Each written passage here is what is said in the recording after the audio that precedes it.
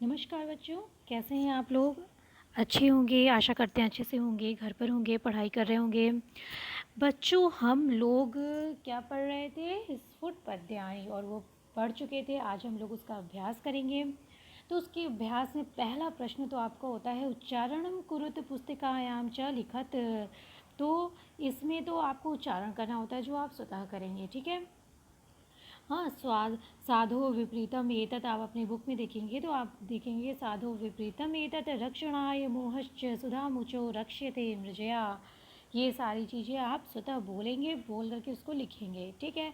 आप आइए दूसरे प्रश्न पर।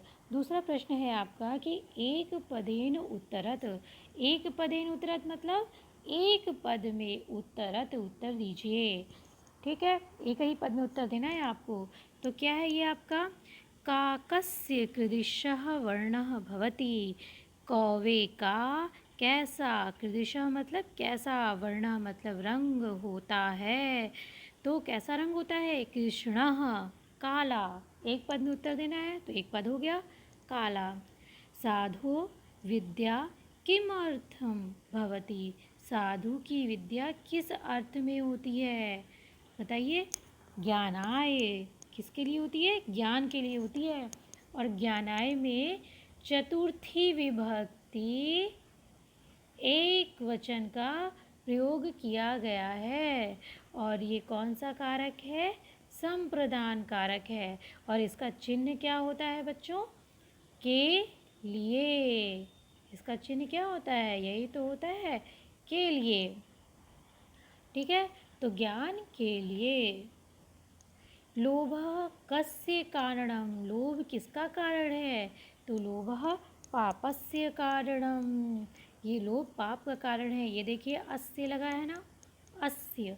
तो आप बता सकते हैं कि जो है ये अस्य कौन सी विभक्ति कौन सा वचन है भाई, पापस्य में कौन सी विभक्ति कौन सा वचन है। हाँ, तो ये पापस्य में षष्ठी विभक्ति एक वचन, कौन सा कारक, संबंध कारक। और चिन्ह क्या है, का, की, के, ये चिन्ह है। समझ रहे हैं ना।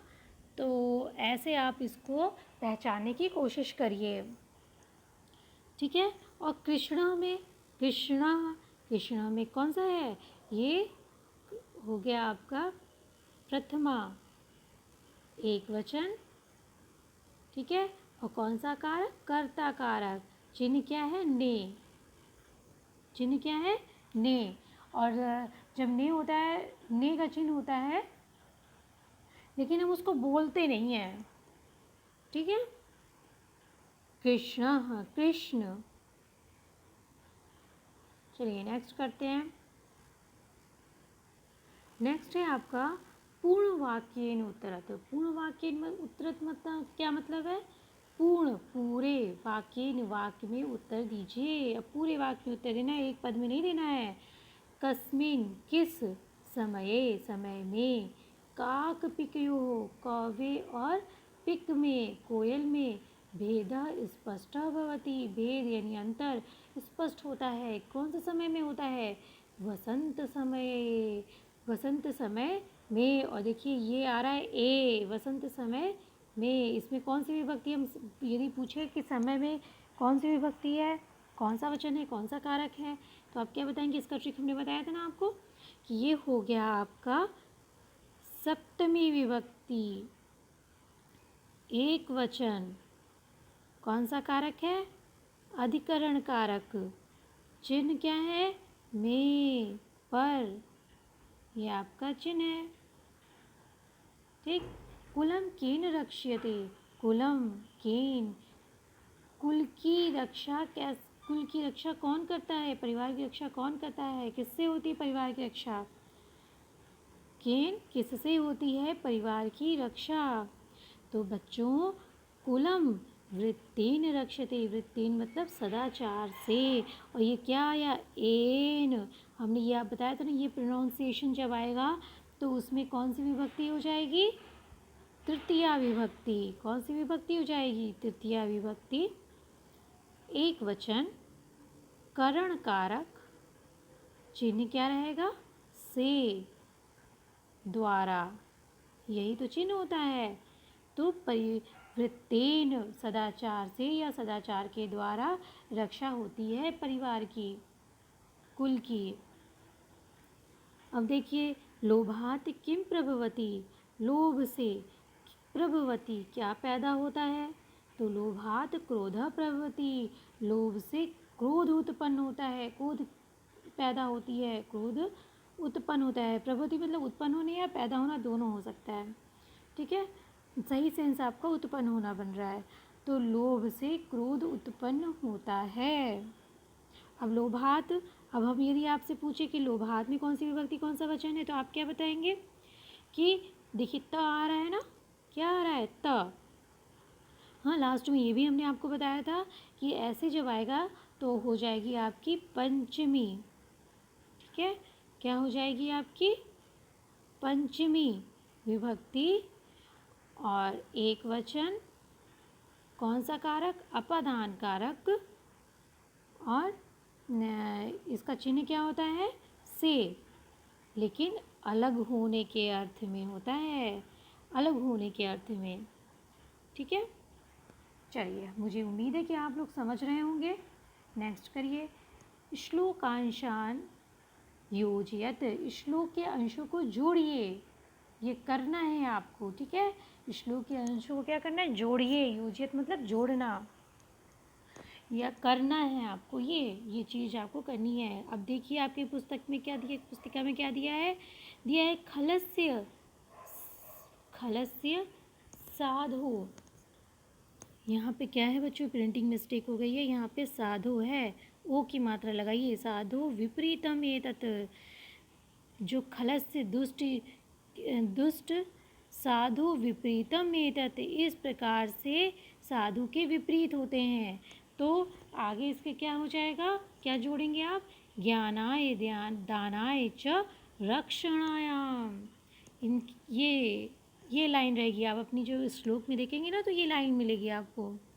लोभात मोहश्च नाशश्च, लोभ से मोह और नाश होता है।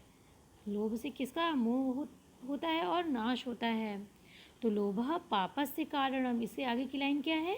ये है वदनम प्रसाद सदनम, ये आपकी पुस्तिका में है कि वदनम जो मुख है, प्रसाद सदनम प्रसन्नता का घर है, सदयम हृदयम सुधामुचो वाचः, उसके आगे की लाइन क्या है? ये है सदयम हृदयम, दया से युक्त हृदय, और सुधामुचो वाचः, वाणी से अमृत की बरसात होती है, जिसके मृज्या रक्ष्यते रूपम, मृज्या यानी स्वच्छता से रूप की रक्षा होती है। तो इसके आगे की लाइन क्या है?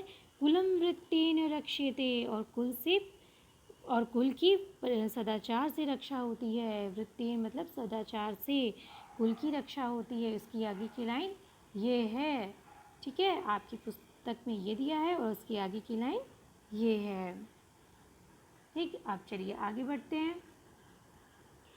अब देखिए क्या है ये? उपयुक्त कथनानाम समक्षम, उपयुक्त कथन के समक्ष, उपयुक्त जो कथन होगा उसके समक्ष आप आम लिखेंगे। आम का मतलब क्या होता है? आम का मतलब वो नहीं आम अमरूद, ये आम का मतलब है हाँ। इस आम का मतलब क्या है? हाँ, ठीक है।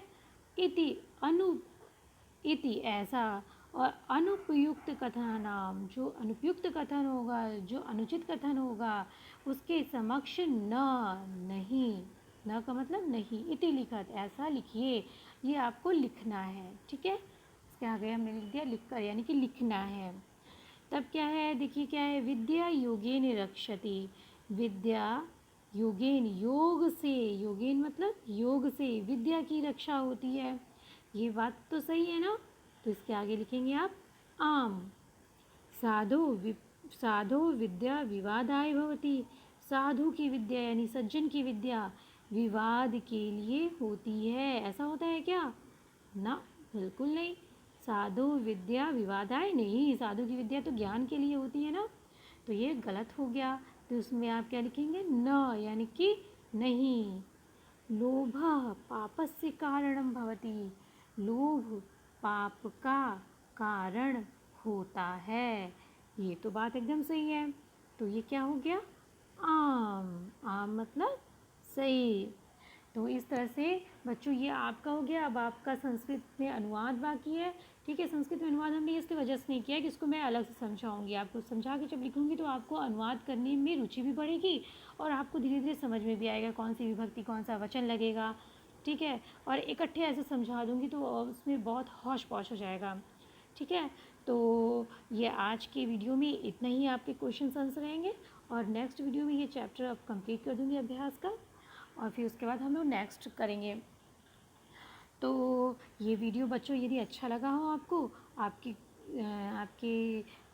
जो थोड़ी सी यदि हेल्प किया हो तो आप इसको लाइक और शेयर ज़रूर करिएगा और सब्सक्राइब यदि आपने सब्सक्राइब नहीं किया है तो सब्सक्राइब करिएगा। ठीक है, और एक बात बहुत ही महत्वपूर्ण बात यह है कि जब भी पढ़िए हंसते रहिए, मुस्कुराते रहिए।